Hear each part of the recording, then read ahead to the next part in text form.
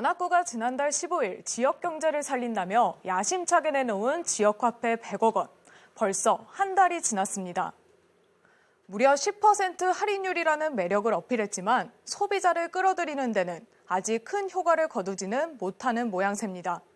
구동규 기자가 지역사랑 상품권의 현 상황을 자세히 짚어봤습니다.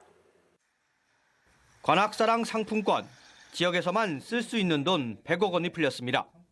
지난달부터 시작해 한 달이 지났는데 15일까지 판매 금액은 3억 5천만 원.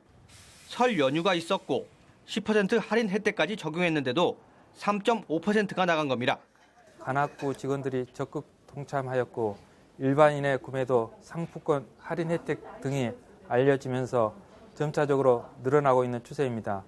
다만 구매한 상품권이 제로페이 가맹점에서만 이용이 가능하다는 점에서 소비자의 선택이 제한적이라는 게 아쉬운 부분입니다. 최근 한 은행이 높은 이율의 1년 정기적금 상품을 내놓으면서 인기를 끌었습니다. 최대 금액 월 30만 원 넣었을 때 금리 5.01%로 실제 받는 이자 금액은 8만 원 정도로 알려졌습니다. 불친하게 팔렸습니다. 관악사랑 상품권과 단순 비교하면 10%대 5%, 2배 차이가 나는데도 한쪽은 인기가 높고 한쪽은 시들합니다. 저는 좀 영수증을 받는 편이거든요. 그러다 보니까 그걸 제대로 돈이 결제가 됐겠지라고는 생각하지만 제 눈으로 또 바로 확인을 할 수 없다 보니까 또 그냥 그런 점에서도 사용을 좀 잘 안 하게. 무엇이 문제일까? 기자가 실제로 관악사랑 상품권을 사봤습니다. 우선 가입부터.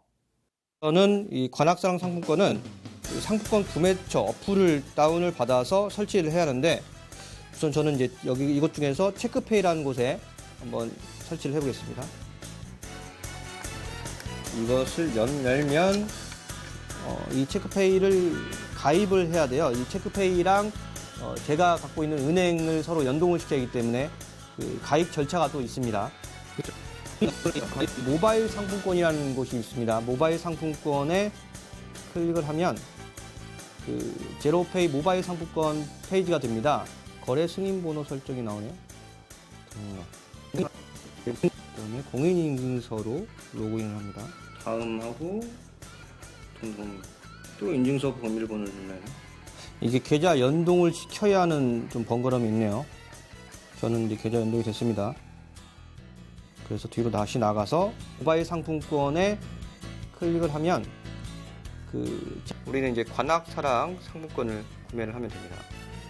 저는 이제 10만 원 정도 사보겠습니다. 10만 원이면 10만 원권 한 장을 사면 할인이 10%가 돼서 이제 9만 원에 10만 원권을 살 수 있습니다.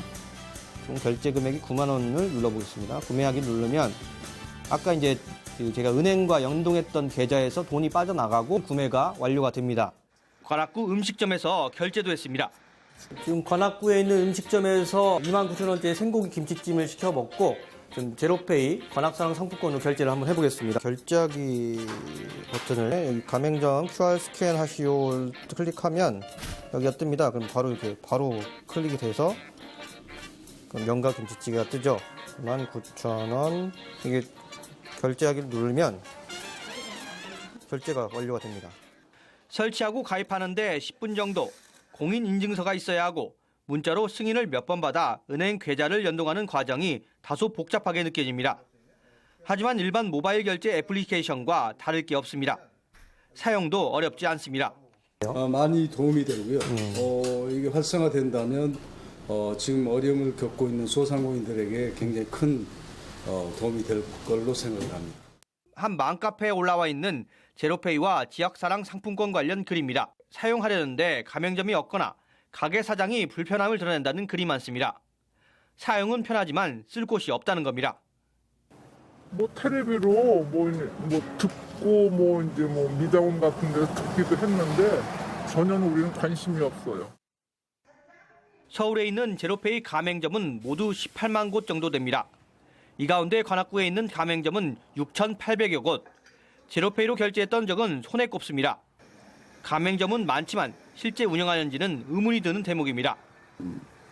취소하거나 결제 취소가 있거나 이럴 때 좀 불편한 점이 있다고 하더라고요. 그래도 처음 초기에는 젊은 분들이 그 소득공제율이 높고 해서 많이 좀 시행을 했던 것 같은데 그게 쭉 이어서 늘거나 그러지는 않는 것.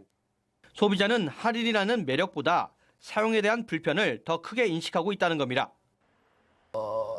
반드시 필요한 제도라고 생각은 해요. 제도라고 생각을 하고 그다음에 뭐가 있냐면 어차피 소상공인들 같은 경우 소위 말하는 소액결제거든요. 소액결제 이슈들이 되는데 자 이분들이 그 여러 가지 혜택을 받는 면에 있어서는 어떻게 보면 제로페이라든가 지역 상품권이라고 하는 것들이 상당히 효과는 있다라고 생각을 합니다. 있다라고 생각을 하기 때문에 이거는 지속될 필요성은 좀 있는데 근데 요는 많은 사람들에게 이렇게 손가락질을 받고 지속이 될 것이냐 아니면은 많은 호응을 받고 지속될 것이냐라고 하는 거는 이게 이제 이 지불 방법에 있어서는 계속 얘기하는 것처럼 얼마나 이용하기 편리하느냐 이게 이제 이슈가 되는 거거든요. 그래서 이거를 어떻게 잘 극복해 낼 수 있을까 이게 지속될 수 있을까 없을까 요거를 이제 판가름하는 중요한 기준이 되지 않을까.